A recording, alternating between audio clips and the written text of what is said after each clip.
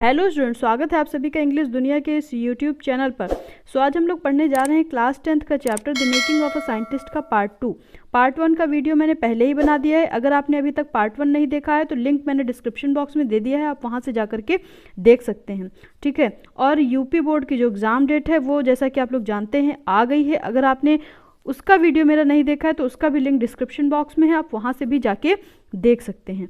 ठीक है। और अगर आपको उसकी पीडीएफ चाहिए तो उसके लिए आप हमारे टेलीग्राम चैनल पर विजिट करिए। टेलीग्राम का लिंक भी हमने डिस्क्रिप्शन बॉक्स में दे दिया है।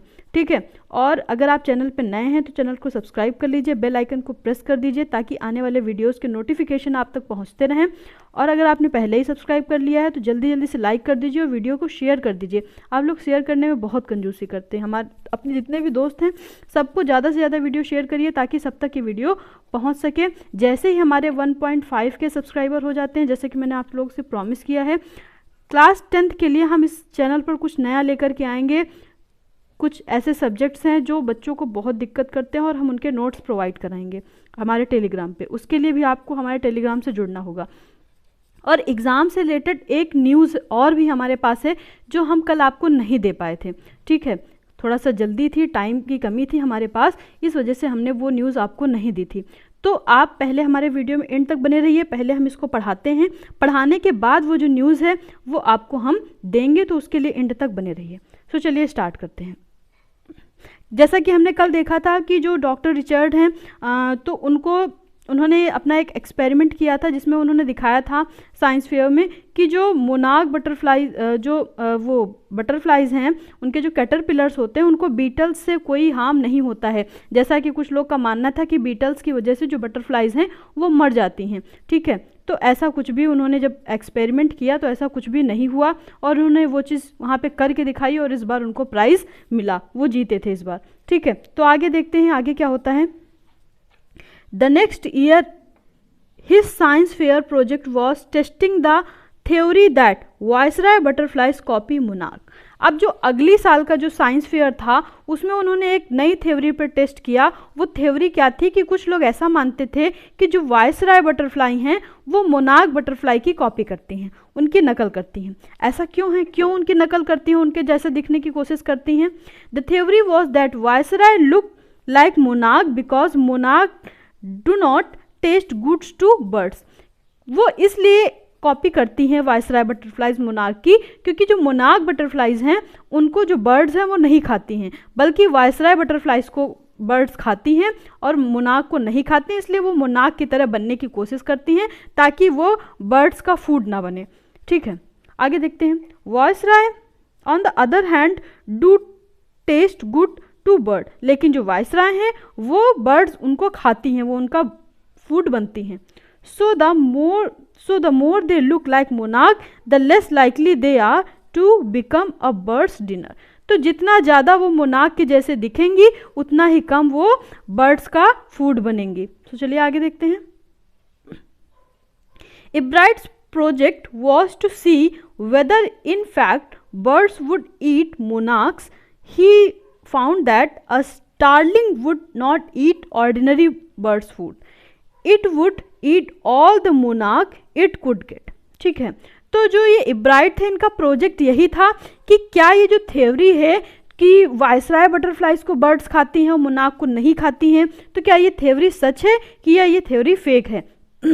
तो इन्होंने जो यहाँ पे अपना टेस्ट किया तो वहाँ पे उन्होंने क्या देखा कि एक बर्ड होती है स्टारलिंग जिसका नाम होता है। ठीक है। ये एक स्पेशल काइंड की बर्ड है और इस पे इन्होंने अलग पाया कि ये जो स्टारलिंग बटरफ्लाई है ये बाकी बर्ड्स की तरह ऑर्डिनरी फूड नहीं लेती है, ये सबसे अलग फूड लेती है। बाकी बर्ड्स क्या करती हैं, वायसराय बटरफ्लाइज को खाती हैं, मोनार्क को नहीं खाती हैं। लेकिन स्टारलिंग एक ऐसी बर्ड है जो कि जितनी भी मोनार्क बटरफ्लाइज मिलती हैं उनको खा जाती है। चलिए आगे देखते हैं। Ebright said later research by other people showed that Viceroy probably do copy the monarch। ठीक है। तो बाकी आगे चल के भी कुछ लोगों ने ये चीज़ प्रूव की जो वायसराय हैं मोनार्क की कॉपी करती हैं। This project was placed first at the zoology division and third overall in the county science fair. तो इनका ये जो प्रोजेक्ट था जूलॉजी में जूलॉजी डिवीज़न में थर्ड और नहीं सॉरी, जूलॉजी में फर्स्ट, और जो बाकी ओवरऑल कॉन्टी साइंस फेयर वहाँ पे लगा हुआ था तो उसमें इनको थर्ड प्राइज़ मिला। मतलब जूलॉजी फील्ड में इनको फर्स्ट प्राइज़ मिला और बाकी पूरे जितने भी साइंटिफिक फील्ड्स के वहाँ पे लगे हुए थे उन सब में इनको थर्ड प्राइज़ मिला। तो चलिए आगे देखते हैं। In his second year in high school, Richard Ebright began the research that led to his discovery of an unknown insect hormone. फिर अगले साल उन्होंने अपना एक हाई स्कूल में जब ये थे तो इन्होंने एक नया रिसर्च स्टार्ट किया, वो उसमें एक नई खोज की और डिस्कवरी क्या थी, इंसेक्ट्स के हार्मोन के बारे में। जो इंसेक्ट्स होते हैं, कीड़े मकोड़े होते हैं, उनके अंदर जो हार्मोन होता है उसकी एक इन्होंने डिस्कवरी की। Indirectly, it also led to his new theory on the life of cells. वही इनडायरेक्टली इनको यही जो थ्योरी है इंसेक्ट्स के हार्मोन की, ये इनकी जो इन्होंने सेल्स के ऊपर खोज की थी, डिस्कवरी की थी, उसकी ओर इनका एक कदम था। ठीक है, चलिए आगे देखते हैं। The question he tried to answer was simple. जिस क्वेश्चन का आंसर ये देने की कोशिश कर रहे थे वो काफ़ी सिंपल था। What is the purpose of the 12 tiny gold spots on मोनाक pupa.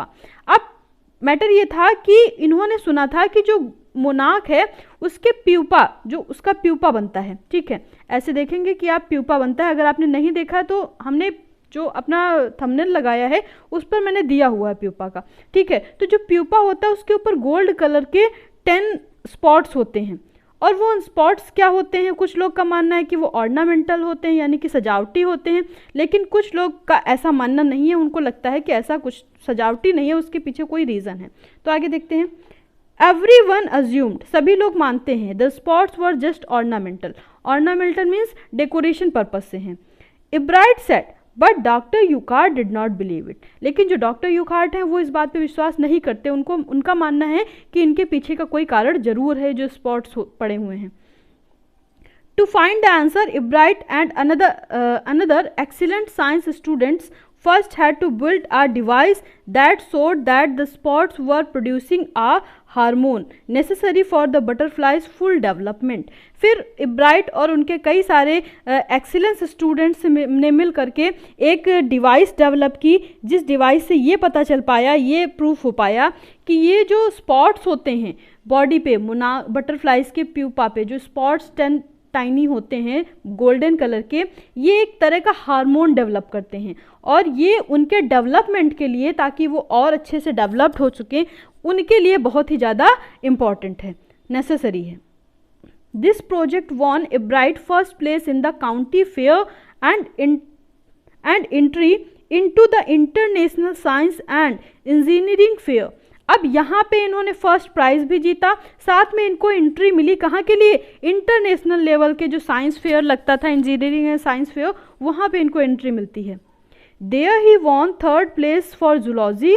He also got a chance to work during the summer at the entomology laboratory. अब इंटोमोलॉजी क्या है, स्टडी ऑफ इंसेक्ट्स, ठीक है, जो कीड़े मकोड़ों का अध्ययन होता है उसको कहते हैं इंटोमोलॉजी, ठीक है। तो आगे देखते हैं। There he won third place for zoology. Zoology के लिए इनको तीसरा स्थान मिला। He also got a chance to work during the summer at the entomology laboratory. अब जो इंटोमोलॉजी यानी कीड़ों का जो अध्ययन है उसकी जो लैब है वहाँ पे इनको काम करने का, रिसर्च करने का अवसर भी दिया गया।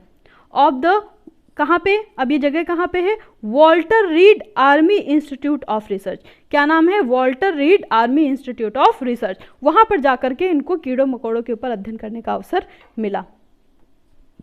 आगे देखते हैं। As a high school junior, अब एक हाई स्कूल जूनियर के रूप में Richard Ebright continued his advanced experiment on the मोनाक प्यूपा। आगे चलकर ये मोनाक के प्यूपा के ऊपर कई सारे जो अपने एक्सपेरिमेंट्स हैं उनको कंटिन्यू रखते हैं। That year his project won first place in at the international science fair and gave him another chance to work in the army laboratory during the summer. तो हाई स्कूल स्टूडेंट्स के रूप में इन्होंने अपनी आगे की जो एक्सपेरिमेंट्स हैं प्यूपा के ऊपर उनको कंटिन्यू रखा और उस ईयर इनका जो प्रोजेक्ट था उसमें उन्होंने फर्स्ट प्लेस पाया इंटरनेशनल साइंस फेयर में, और इनको एक दूसरा मौका मिला कि वो आर्मी स्कूल की लेबोरेटरी में साइंस के मतलब ड्यूरिंग समर टाइम में जा कर के उस पर रिसर्च कर सकते हैं। इसका इनको एक अवसर मिला। In his senior years he went a step further. अब जब ये अपने सीनियर्स ईयर्स में थे तो ये थोड़ा सा और आगे बढ़ते हैं। He grew cells from a monarch's wings in a culture and showed that the cells would divide and develop into normal butterfly wings scales only if they were fed the hormone from the gold spot।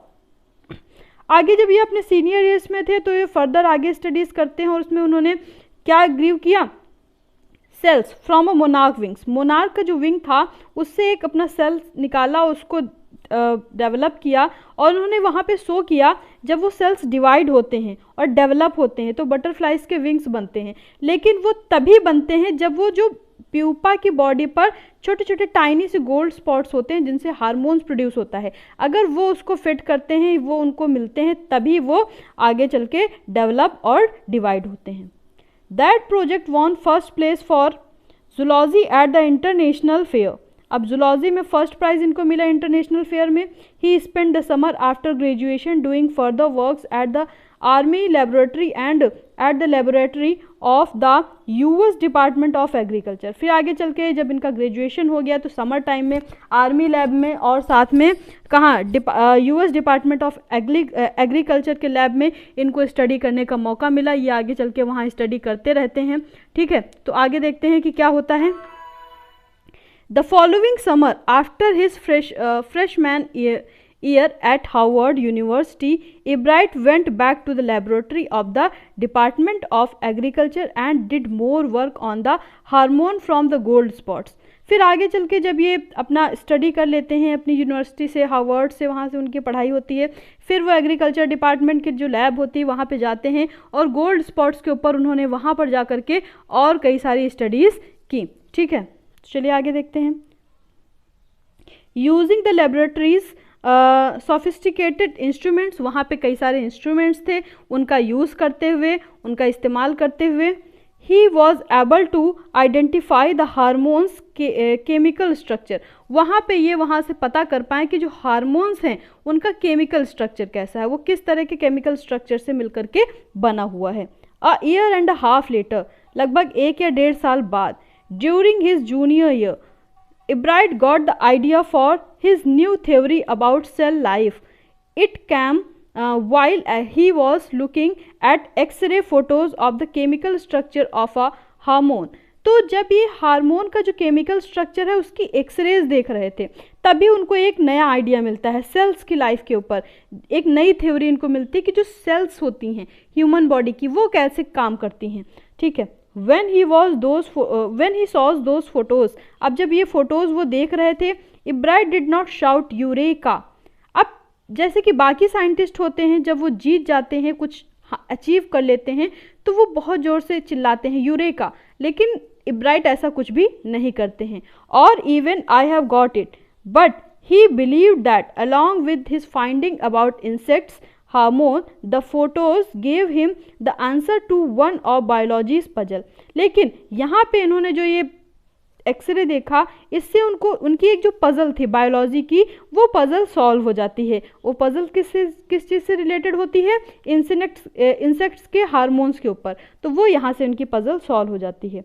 How the cells can read the blue print of its DNA, DNA का जो blue prints होता है वो sales कैसे read करते हैं। DNA is the substance in the nucleus of a cell that control heredity, अनुवांशिकता पर बेस्ड होता है। It determines the form and function of the cells, thus DNA is blueprint for life. तो DNA क्या है, blueprint for life है। आगे देखते हैं। Ebright and his college roommate James R. Wong worked all that night drawing pictures and constructing plastic models of molecules to show how it could happen. अब Ebright बाकी उनके जो रूममेट्स होते हैं जेम्स आर वोंग, ये सभी लोग रात में मिलकर के वर्क करते हैं, नाइट में पिक्चर्स ड्रॉ करते हैं, प्लास्टिक के कुछ छोटे छोटे मॉडल्स बनाते हैं ताकि पता चल सके कि जो मॉलिक्यूल्स होते हैं, मॉलिक्यूल्स को दिखाने के लिए सब चीज़ें कैसे काम करती हैं। ठीक है, together they letter wrote the paper that explain the theory, फिर उन्होंने एक पेपर में पूरी थ्योरी को एक्सप्लेन किया, पेपर में लिखा कि ये पूरी थ्योरी है क्या और ये किस तरह से वर्क करती है। सरप्राइजिंग नो वन वो न्यू हिम, तो जो भी लोग उनको जानते थे वो उनकी इस थ्योरी से बिल्कुल भी सरप्राइज नहीं थे, क्योंकि जो लोग इनको जानते थे उनको पता था कि इब्राइट कितने ब्रिलियंट हैं। ठीक है। Richard Ebright graduated from Harvard with highest honour. अब जब ये ग्रेजुएशन हार्वर्ड से अपना कंप्लीट किए तो इन्होंने हाईएस्ट ऑनर के साथ कंप्लीट किया था, इनको अच्छे मार्क्स मिले थे। Second in his class of 1510, यानी कि पूरे 1510 स्टूडेंट्स में इनकी जो रैंक थी वो सेकंड थी। Ebright went on to become a graduate student research at Harvard Medical School। फिर उसके बाद इन्होंने हार्वर्ड मेडिकल स्कूल में रिसर्च भी की। There he began doing experiment to test his theory, और वहाँ पे कई सारे इन्होंने एक्सपेरिमेंट किए ताकि अपनी थ्योरी को टेस्ट कर सकें। If the theory proves correct, अगर इनकी थ्योरी करेक्ट प्रूफ हो जाती है, it will be a big step towards understanding the process of life। तो ये एक बहुत ही बड़ा स्टेप होगा पूरी लाइफ प्रोसेस को समझने के लिए। It might also lead to new ideas for preventing some types of cancer and other disease. साथ में ये कुछ नए आइडियाज़ देगा जिससे कि जो कैंसर है और कई तरह की बीमारियां हैं उनसे बचा जा सकता है, उनका इलाज संभव हो सकता है। ठीक है। तो all of this is possible because of Ebright scientific curiosity, और ये सारी चीज़ें इसीलिए पॉसिबल हो पाई क्योंकि उनका साइंटिफिक क्यूरियोसिटी यानी जिज्ञासा इतनी ज़्यादा थी। His high school research into the purpose of the spots on a hormone pupa eventually led him to his theory about cell life, और इन्होंने जो हार्मोन्स के ऊपर, प्यूपा के हार्मोन्स के ऊपर जो स्टडी की, यही इनको सेल्स लाइफ के ऊपर आगे ले जाती है। इसी को क्रेडिट जाता है जो इन्होंने सेल्स लाइफ पे खोज की। Richard Ebright has been interested in science since he first began collecting butterflies। तो इनको साइंस में इंटरेस्ट तभी से था जब इन्होंने बटरफ्लाइज कलेक्ट करना स्टार्ट कर दिया था। But not so deeply that he has not time for the other interest. तो इतना ज़्यादा डीपली इंटरेस्ट नहीं था उनको उस समय, लेकिन अब बाकी चीज़ों के लिए भी इनके पास समय। Ebright also become a champion debater and public speaker. अब इनको और भी कई सारी चीज़ों में इंटरेस्ट था, वो कैसी कौन कौन सी चीज़ें थी? तो एक ये बहुत ही अच्छे डिबेटर थे। डिबेटर कौन? जो वाद विवाद करता है। पब्लिक स्पीकर थे, यानी कि पब्लिक वक्ता बहुत अच्छे थे। And good canoeist. कैनोइस्ट कौन होता है? जो बोटिंग करता है। ठीक है, तो बोटिंग में भी काफ़ी अच्छे थे। ऑल अराउंड आउटडोर्स पर्सन, और ऑलराउंडर थे, आउटडोर पर्सन भी थे, आउटडोर बाहर की चीज़ों में भी इनको इंटरेस्ट था। ही आल्सो एन एक्सपर्ट फोटोग्राफर, एक अच्छे फोटोग्राफर थे। Particularly of nature and scientific exhibits, और स्पेशली किस चीज़ की फोटोग्राफी करते थे? जो नेचुरल चीज़ें होती थी और साइंटिफिक एग्जिबिट्स होती थी उनकी फोटोग्राफी करते थे। In high school, Richard Ebright was a student because learning was easy. He turned a lot of his energy toward the debating and Model United Nation Club। तो क्योंकि पढ़ने में पहले से ही अच्छे थे इसलिए उनको पूरी एनर्जी पढ़ाई में वेस्ट नहीं करनी पड़ती थी, बल्कि अपनी एनर्जी को काहे में लगाते थे? बची हुई एनर्जी को डिबेटिंग करने में, और मॉडल यूनाइटेड नेशन क्लब वगैरह में डिबेट करते थे, और बाकी अपनी जो इनकी बाकी इंटरेस्ट थे उन सब में अपनी एनर्जी लगाते थे। He also found someone to admire. अब कोई उनको वो ऐसा इंसान भी मिल गया था जो इनको एडमायर कर सके, इनकी तारीफ कर सके। वो कौन थे? Richard A Weir. अब ये कौन थे? His social studies teacher. ये इनके एक सोशल स्टडीज़ के टीचर थे एंड एडवाइसर भी थे इनके to both clubs. Mister Weir was the perfect person for me then he opened my mind to new ideas, Ebright said. इब्राइट कहते हैं कि जो मिस्टर वायर हैं वो मेरे लिए एक बहुत ही अच्छे इंसान थे, उन्होंने मेरा दिमाग पूरी तरह से खोला और उन्होंने भी इनका काफ़ी साथ दिया। Richard would always give that extra effort, mister wire said. अब मिस्टर वायर कहते हैं कि रिचर्ड जो है वो हमेशा ही एक्स्ट्रा एफर्ट करता था अपने काम में। What please me was here was this person who put in 3 or 4 hours at night doing debates research beside doing all his research with butterflies and his other interests। तो वो उसकी तारीफ में फर्दर ऐड करते हैं कि जो सबसे अच्छी चीज़ की है जो मुझे प्लीज़ करती है वो ये है कि ये रात में 3 से 4 घंटे की पढ़ाई करता है। उस टाइम पे ये डिबेट से संबंधित रिसर्च भी करता है, अपनी जो बटरफ्लाइज की रिसर्च है वो तो ये करता ही है, साथ में बाकी इंटरेस्ट पे भी ध्यान देता है। मतलब कि कई सारे काम हैं जो रिचर्ड करते थे अपने पूरे टाइम में। रिचर्ड वॉज कम्पिटिटिव, काफ़ी कम्पिटिटिव स्पिरिट भी है इनके अंदर। वायर आगे कंटिन्यूड करते हैं, but not in a bad sense. अब बैड यहाँ पे क्या मतलब है इनका कहने का, कि कुछ लोग होते हैं जो कम्पिटिटिव स्पिरिट्स उनके अंदर होती है तो अपने को जिताने के लिए दूसरे को हराने में लग जाते हैं। वो क्या करते हैं, किसी भी केस में जीतना है, भले ही सामने वाले के साथ किसी प्रकार का चीट करना पड़े, लेकिन इनके अंदर ऐसा नहीं था, ये किसी को चीट नहीं करते थे। He explained Richard was not interested in winning for winning's sake और winning to get a prize.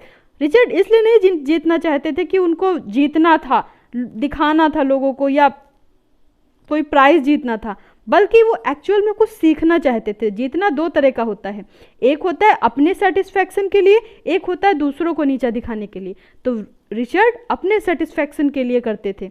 Rather he was winning because he wanted to do the best job he could. तो वो जीतते इसीलिए थे क्योंकि वो जो कुछ भी करते थे वो अच्छा से अच्छा करने की कोशिश करते थे। For the right reason he want to be the best, और अच्छे रीज़न के लिए वो अच्छा बेस्ट बनना चाहते थे। And that is one of the ingredient in the making of a scientist. Start with first rate mind and curiosity। और जो एक इंसान को साइंटिफिक बनाता है तो वो इंग्रेडिएंट क्या है, एक तो पहला तो एक अच्छा माइंड होना चाहिए और उस इंसान के अंदर क्यूरियोसिटी होनी चाहिए। And mix in the will to win for the right reason, और अच्छे रीज़न से जीतने का कारण भी हमारे पास होना चाहिए। Ebright has these qualities, Ebright के पास ये सारी क्वालिटीज़ थी। From the time the book the travel of Monarch 10th open the world of science to him. और ये जो बुक थी मोनार्क 10 ट्रेवल की, ये बुक ने इनके लिए एक आगे का रास्ता खोल दिया। Ebright has never lost his scientist curiosity, और इन्होंने अपनी साइंटिस्टिक क्यूरियोसिटी को कभी नहीं खोया। रॉबर्ट डब्ल्यू पीटरसन, ठीक है, ये इसके लेखक हैं।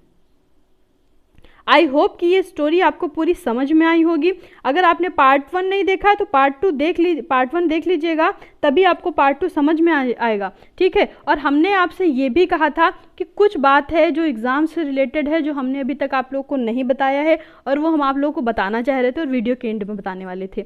तो वो बात ये है कि देखिए, हमने माना कि आपकी जो बोर्ड एग्ज़ाम की डेट है वो आ गई है, ठीक है। आप लोग इसी डेट के हिसाब से अपनी प्रिपरेशन करते रहिए, लेकिन कुछ बातें हैं जो हमको थोड़ा सा डाउट में डालती हैं, और वो बातें ये हैं कि अभी तक प्रैक्टिकल नहीं हुए हैं। तो अभी तक ना तो प्रैक्टिकल हुए हैं, ना तो प्रैक्टिकल से रिलेटेड कुछ स्कूल में एक्टिविटीज़ स्टार्ट हुई हैं। तो इतनी जल्दी बिना किसी प्रैक्टिकल के अभी इधर पूरी प्रिपरेशन भी नहीं हुई है, बोर्ड एग्ज़ाम होना ये अपने आप में एक थोड़ा सा कंफ्यूजिंग बात है। और दूसरी चीज़ ये है कि जो बाकी के सारे लोग हैं, कई सारे ऐसे न्यूज़ चैनल्स हैं जिन्होंने अपना दिखा दिया है कि हाँ यूपी बोर्ड की स्कीम आ गई है, उन्होंने स्कीम भी दे दी है, और जाने माने न्यूज़ चैनल्स हैं, ऐसा नहीं है कि फ़ेक हैं। तो इस वजह से हमने भी देखा, हमने भी आप लोगों को वो जो एग्ज़ाम की स्कीम थी वो प्रोवाइड करवा दी है। लेकिन फिर भी आप लोग तैयारी करते रहिए। अगर कोई भी आगे की न्यूज़ आती है तो उसके लिए आप हमारे चैनल से बने रहिए, हम उसकी तुरंत ही न्यूज़ आप तक पहुँचाएँगे, क्योंकि अभी हो सकता है कि कुछ अमेंडमेंट हो, लेकिन आप लोग इसी हिसाब से तैयारी करिएगा। आप यही सोच के तैयार करिएगा कि आपके 24 मार्च से एग्ज़ाम हैं, तभी आप अपने आप को बेस्ट तरह से प्रिपेयर कर पाएंगे, ठीक है। तो all the very best for your exams. So thank you students, thank you so much.